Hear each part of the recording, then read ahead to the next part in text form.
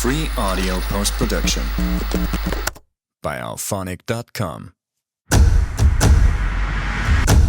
Well, they're fresh from another coffee date on Tuesday, and unfortunately we don't get to hear much of that.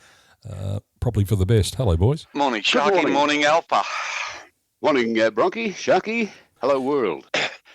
Apart from, the usual, I have to go up and get my penicillin needles once a week from an old war wound. I can't remember her name at the time, but still, never mind. Apart from all that, look, a bit of news that will really shock everybody is that I hear that Bellyache signed for another year. Oh, dear. I think it's, season 349 now with the Melbourne Storm. They're pushing around a wheelbarrow with bones in it, and that's apparently Bellyache, but he can still swear and roar, and a lot more to look forward to. Watch this space. Meanwhile, Bellyache's poor daughter and grandchildren, they're still waiting on the Gold Coast for Poppy to arrive. I know. As per promise 5 seasons ago. I know. And, oh, gosh. Oh, dear. Well, I'm glad that you've kicked off with a coach story. Alfred, before I head us into, murky waters, do you have anything to add? You might have some of the same murky waters as I do, talking about coaches, players and coaches at the moment. Whoa. Look, Mal Meninga, coach of the Bears, he hasn't coached for 20 years in the week-to-week competition, and the last time he did it, it was a miserable failure. I think his impending appointment as Bears coach is a disaster. I can't see him inspiring a rattlesnake to get a rat. Now, it's a snooze fest. He might be an immortal, but he's not an NRL coach, and he hasn't been, his entire career. Coaching, look, please. It didn't work 20 years ago. He's 20 years older. It's not going to work now. I think those at the NRL should give themselves a triple uppercut for hurting the Bears' introduction to the competition before they even begin. I respect if you don't have a thought, and if you don't, I'll move on to the next coach. I do have a thought, to be honest with you. I would have, and I actually thought very much the same, that Meninga can be going over there for one reason and one reason only, as the previous Australian coach, a rugby league immortal, a name known by most NRL followers. I'm thinking coach as a figurehead. I think his assistants are going to be very top quality. That can be the only reason I can think of. They're going to have to be top quality. I do agree, Sharky, absolutely, because Mal Meninga is a people person. He's one of those guys. Look, I think between the three of us, we'd have enough ability between the three of us to coach an Australian side, because it's the best of the best, and they don't have to be told how to play football. So I can only see that one reason is that it's there as a figurehead and a figurehead only. Of that, I am certain. So why couldn't they just make him the figurehead of the club and not the official NRL coach? I think it's Kane, I don't know. I don't get it. What is the situation with the coach? All of a sudden, it became a thing. Okay, the club became a thing, but then all of a sudden the NRL says that Mel is going to be the coach. I would have thought that they would be. I suppose the NRL's putting a CEO in there as well. Well, they did, Alfred. They did. They did appoint the CEO. I'll tell you why. Because currently, as it stands, the NRL own this license themselves, the Bears. Oh, so they get $100 million off the state. Well, correct. So at the moment, it's a partnership, but the NRL are making all of the football decisions as it currently stands until they virtually one day relinquish their role in setting it up and running it. That's what's happening. That's why Meninga's the coach. So we've got a club, or we're going to have a club, a two-body club, which is fair enough, and neither of them, including one of the oldest clubs in the country, is not going to have a say in how they're administered or how they're coached. God almighty, come on. Yep. Run by Slick. Yep. It is. Another slick move, yeah. Yep. PVL Rugby League at its best. Yeah. I'll move away from the immortal and I'll move on to somebody else. Now, this is very much a coaching theme this week. You'll get the drift. Brad Fittler as Australian coach. Oh dear. Really? Give me a break. Not great as a New South Wales coach, and I've said it before, way too quirky. There'd be no club in the NRL, except maybe PNG, who'd give him the head coaching job of their NRL side either. Now, he's being handed the golden job of the Kangaroos and taking them on a kangaroo tour as well as his first post. Funny game, rugby league. It's like a sitcom, but not funny. What could go possibly wrong there? Wow. Hey. Oh dear, oh me, oh my. Look, yeah, my shock is your shock, Sharky. Yeah, I don't think I need to say anything at all, because I'm sure that myself and lots of rugby league supporters are still choking on their Wheat Bix and cornflakes this morning. Yep. Can you see the Kangaroos over in England walking barefoot through grass at 6 a.m. in the morning? Boys, I've got a few thoroughbreds we can hop on and go for a run around York or somewhere and over the hoop. Let's try the steeplechase. We'll do it on foot.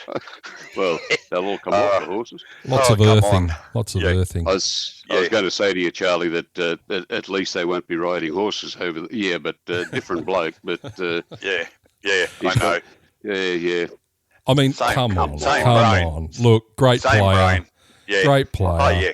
Nothing, no one can call into question his playing ability and what he's contributed to the game. But look, a coach, you only need to watch his broadcasts on Channel 9 and all the shows he's on to know how quirky this bloke is. And I thought we may have seen the last of him as far as the coaching box goes. But here we go, boys. Seems like another job for the boys, eh?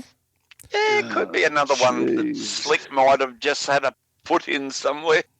Easily influenced, obviously. Oh, very, very, very. Now, it's good to know people. I was starting to enjoy getting back to having a bit of an in-depth think about rugby league again after 2 years of having the shits with it.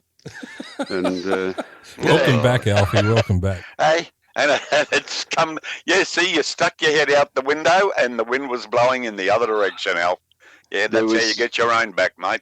I just saw Mr. Fittler on the screen the other night, and he's at a game, and he said something, and my mind immediately flashed to, oh, geez, don't tell me this is why they took State of Origin off him to give him the Australian thing. And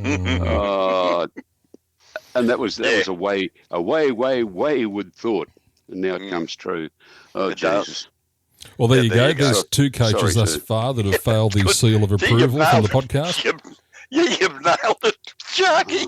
Now, the third in my line of sight, and one that is a little bit closer to... I know where this is going. I know where this one's going. It's in the bloody bin. Bronk, you've been in show business long enough. Since I introduced you to it in 2008. You can smell it a mile off. Now...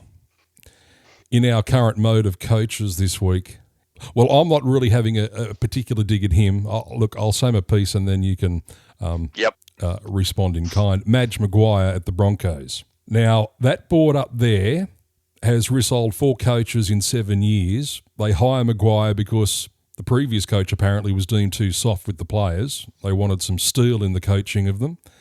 Now we've got board members stating publicly they cannot guarantee his position after this season if performances don't improve. It's got to the stage where the club needs to make a choice, and the choices are really one of two. You back the coach in to implement change, or you back the playing group and find a coach to complement them, their personality and the way that they want to play. You can't have both, players or coach it is. Now, if it's the coach... clearly, they better start working on a future roster that suits the coach's ethics and standards. It's clear the current playing group is bereft or unwilling to meet the current coach even halfway, seemingly. There's no bigger bronc on the planet than you. You tell me, you've got some intel in the joint. Surely it's time to fish or cut bait. They've got to make a choice about the future of where this club's going. Is it the coach or is it the players? Who are they backing in and who should they? Well, look, I think there's a fair bit of this is being it's sort of shadow boxing in shadows and in pitch darkness, because I think number one, the finger pointing, I really do believe should start at the top, and that's whoever's in charge. Well, we know who the CEO is, but somebody around the place has got to sit down, have a look in a mirror and say, I think it's time that we had a real good look at the board, and let's have a re-election. The board, every person on the board's vacant. There's a vacant position. I think that's where they need to have a look at first. Number two is, look, if the players aren't prepared to play the way that the coach is hired to do a job. His job is to get the players to play a brand of football that suits both them and the coach's coaching style, but to also be willing to put in the hard yards. Now, the coaches laid down an edict. They knew what they were getting beforehand. They showed what they were getting in the pre-season because they had to work hard, and they've never had to work hard before. I mean, they jump around and think it's all good fun and games. What colour fingernails are you wearing today, Reese? And who's got the latest Prada handbag? But it's time that we decided that, okay, all positions are up for grabs. Of the 30-man squad, we've got 2 players that are going to, let's say 3 players that are going to stay. We've got Haas, we've got Carrigan, and we've got Katoni Staggs. The rest of us, everybody's job is up for grabs. I think that, look, we can blame coaches as much as we like, and some coaches, look, they don't get on well. But if your club, and your club is number one, if your club decides that they need a coach that's going to, let's be a little bit more stern, and we need to get results. Now, this bloke really hasn't got the world's greatest track record, trust me. If you go back, his record tends to go from high downhill at various clubs, but that's not they hired him for a purpose. The players obviously just can't handle whatever's happening. If the club's got enough guts, get in there, say to the players, if you don't like it, piss off. But they haven't got enough guts, and they've got $1 million players that are worth about 2 6 in the old money. Stop being little fairies, play to what the coach wants, and see how things go. Give the coach a fair dinkum go. I mean, teams get beat, but with the roster that's there, it's not as flash as what people make out. It's time that someone grew a decent set, either a new committee and a new membership group, or players. They hired the coach to do a job. 12, 13 games in, that's, give it a break. Be fair dinkum, give the coach a fair dinkum go. There are a few clubs that are experiencing similar problem at the moment, and it just isn't fair. I've said it before. It's up to the players. The coaches don't lose a game on the paddock. They don't drop balls, give forward passes, miss kicks, whatever. It's the players that aren't putting their heads behind it all. But gee whiz, it has got to a bad state where I think there are 3 coaches that I know of that are under this sort of pressure at the moment, and that's about the last pressure that any coach would want, especially at this time of the season, and especially even more so because obviously their club or their team isn't playing to satisfaction enough to pick up the odd point here or there. It's just not right. It's just not fair. 200% behind what you've said, Bronchi. Exactly, but it's got to come back. There's got to be some changes made, and I think, sadly, a lot of the changes that have got to be made to going back to sensibility. That word that someone brought up, or that phase that someone brought up a few weeks ago, might have even been you, Sharky. Common sense. Reasonably similar thoughts this year. Players should be on a contract that says if you don't perform, you don't get paid. Your pay slip is going to be a weekly type of pay slip. If you bugger up this week, you get bugger all pay, and that should be it. It's I don't want to sit here and talk like this because it gives me the you-know-whats, and I've already said about over to you, Sharky. I'm not saying anymore. I'll get crazy. I don't say anymore. In reference to the Broncos, I'll just say this. Now, I don't know what the right and wrong answer is. I suspect I know what they should do, because 4 coaches in 7 seasons, I mean, they got rid of the longest coach in our game, still going, because he had too much say and they felt left out. So they punted him. Then they bring in Anthony Seibold, and apparently the players revolted there and told the board that they can't explain what the bloke's on about, clipboards and whiteboards. So they shuffle him on, pay him out. Then they get a club legend in, and apparently he's too soft and doesn't quite know what he's doing, albeit a nice bloke and a club legend. So he's shown the door. And they want some steel in the place, and they go and get someone who is, well credentialed and known for exactly what they've hired him for to do. And 13 games into a new season, into his first year of a 3-year contract, and we've got board members this week saying that they can't guarantee his position the way things are going. Now, you can't keep paying out coaches and hiring them. That's just embarrassing. And furthermore, Bronk, I mean, this is a publicly listed company, right?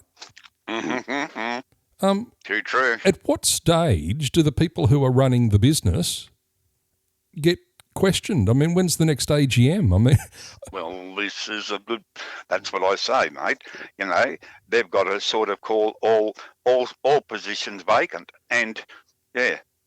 I mean, you've got to have leadership, and everyone's got to know where they're going. And you're right. I mean, obviously, you've answered my question.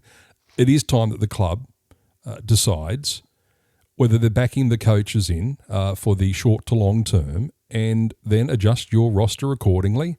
All those who can't, provide their best and work under the current regime of where the club's going, then you stand to the left, and all those willing to stay, you stand to the right, and then we'll fill out the rest of the 30 as we go on. Now, they've got to either do that or, as I said, you go and find a coach that complements these players if you're happy with the current playing group, and you back them in. It can't be successful, the coach and the playing group itself, not on the same page. It can't work. Too true. So, and look, the whole and another point, Sharky, is that irrespective of what a lot of people think, and you like them or you don't, this is most likely, well, it's certainly the biggest, most notable club in NRL in Australia, and it's almost in Australian sport, but it's right up there. I mean, the fans support unbelievably.